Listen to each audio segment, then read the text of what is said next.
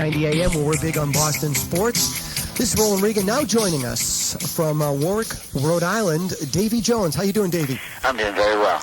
As our listeners may know, Davey Jones is on touring currently with the Monkees, I think with both Peter Tork and Mickey Dolenz. That's right.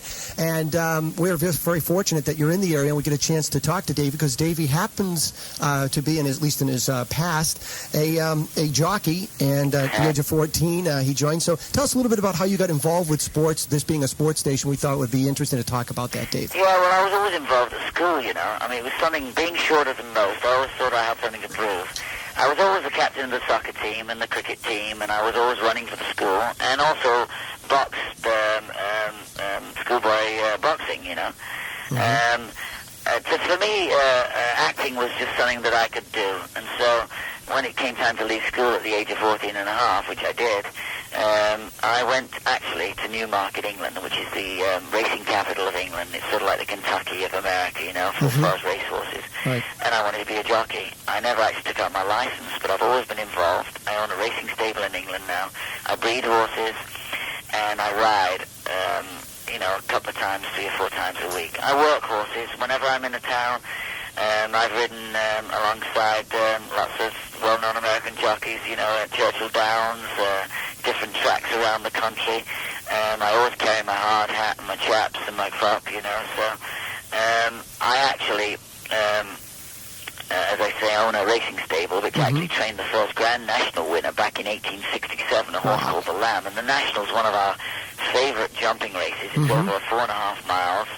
And over about 35 fences, so you can imagine the kind of horses you got to have for that kind of deal. Absolutely. It's something I've always wanted to do. I've had a goal in my life, and that would be to win, train, own, ride the Grand National winner. I actually fulfilled a great ambition of mine, and I took out my jockey's license at the beginning of this year. My daughters, to commemorate my 50th birthday, which was December the 30th, 95, bought a racehorse, and we had it in training for 3 or 4 months, and finally came time to take it to the track. And February the 1st, Lingfield Racetrack, England, broke out of the gate pretty slow, but brought him along slowly, and coming round the top bend, it was a mile race, took up the running, and I was the one to beat. And we won the race by about 3 lengths. I was very lucky, and obviously jockeys go 10, 12, 20, 30 rounds without winning, and here's me, first time out of the box in 30 years, and I go and win it. But I've raced since, I enjoyed it, and intend to ride some more. I've been offered a chance to ride in the American Amateur Championships, which would be 6 rides on the flat and 4 over the hurdles. So I'm looking forward to doing that. I'm not sure whether that's going to be the end of August, middle of August, or whenever, but I have had the offer, and there is interest, and I intend to eventually hang up my dancing shoes and train racehorses and continue to breed and own them. You know, it's something that I've always been interested in. I've never been sort of a guy to drive a fancy car or sort of like be the last one out of the bar. So I enjoy keeping myself physically fit. Well, I think that's important, especially as you get old. You realize that, you know, this is an important aspect to maintain health and everything. What other sports, Davey, do you really enjoy outside of racing? Well, I play celebrity tennis. I've played all over the world, Japan, Africa. I've played in Australia and obviously in America. And I think, depending on who you're playing with, I've played with people like Roy Emerson, Rod Laver, John Lloyd. I've played with Chrissy Everett, and I've played with a lot of good players. So therefore, your game goes up. You know, you get involved with good people, and your game goes up. Obviously, I go back to the park and I'm slapping it all over the place. I'm in the wrong position, but I love tennis. I love soccer. I've enjoyed running for a long, long time, ever since I was in school. I didn't go to a school that was high on sports, and I had to go out there myself and enter myself in the schoolboy championships. I had to enter myself. 85 was a big treat for me, because one of my goals was to run the marathon, and I did. I ran the London Marathon. And I do get involved with 5 and 10K races now in Pennsylvania, close to my home, just for the competitive side of it, you know, knowing full well that obviously out of 150, 200 runners, I'm going to be lucky if I get, top 50, I'm usually there somewhere about, and enjoy that. I mean, the racing horses is something else, because once you've got a good horse underneath you, it doesn't matter. As long as you play the game right. In racing, in horse racing, it's the one that makes the least mistakes. And I kind of adapt the same feeling I have about that 1,200-pound animal, It's like life. It's no matter what your sport is. It's like catching a 10-pound fish on a 2-pound line.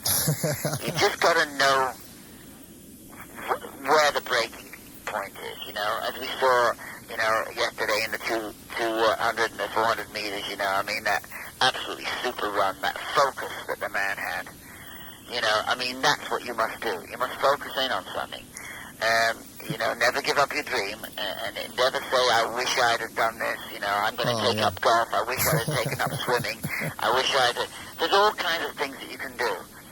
You don't have to go and lift weights and get yourself crazy fit, but you can stay fit by doing a minimal amount of exercise every day. Absolutely. Sitting up, even if you're traveling and you're only in hotel rooms and you don't have a steady schedule, you can do it. You don't need weights. You don't need a TV sort of workout tape.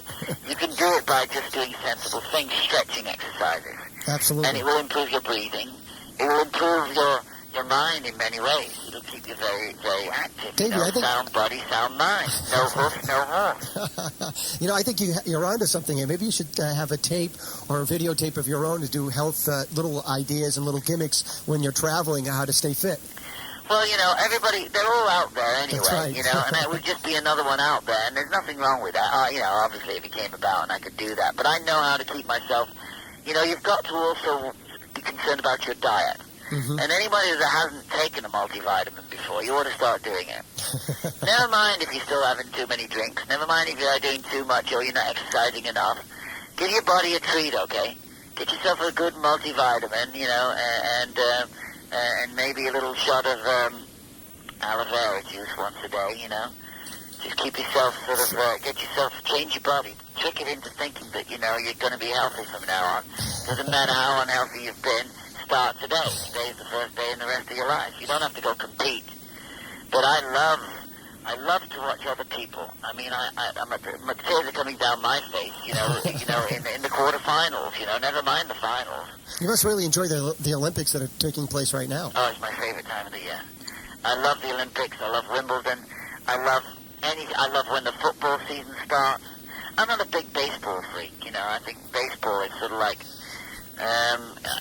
football to me is like a thugs game played by gentlemen, and baseball is a gentleman's game played by thugs, So all these guys squeeze themselves into these outfits that seem like they've had too many cycles in the washing machine. They're all stretching and spitting. I mean, if they didn't want it in there, why are they spitting it out, They shouldn't have put it in there in the first place. And then you've got this little guy standing at the back with his little suit that doesn't fit. And he keeps pointing off to the left or to the right. And then some guy comes running off the bench and kicks dirt on his shoes, It's kind of interesting, I think they're just like a bunch of spoiled thugs, really. I mean, I'd start running if one of them came my way at this point, obviously. But if it was any slower, they'd call it farming. But no, I shouldn't say that, because baseball's a great game. I'm sorry that we just got beat, by... I think the Japanese just beat us, didn't they? Yes, they did, yep. But there again,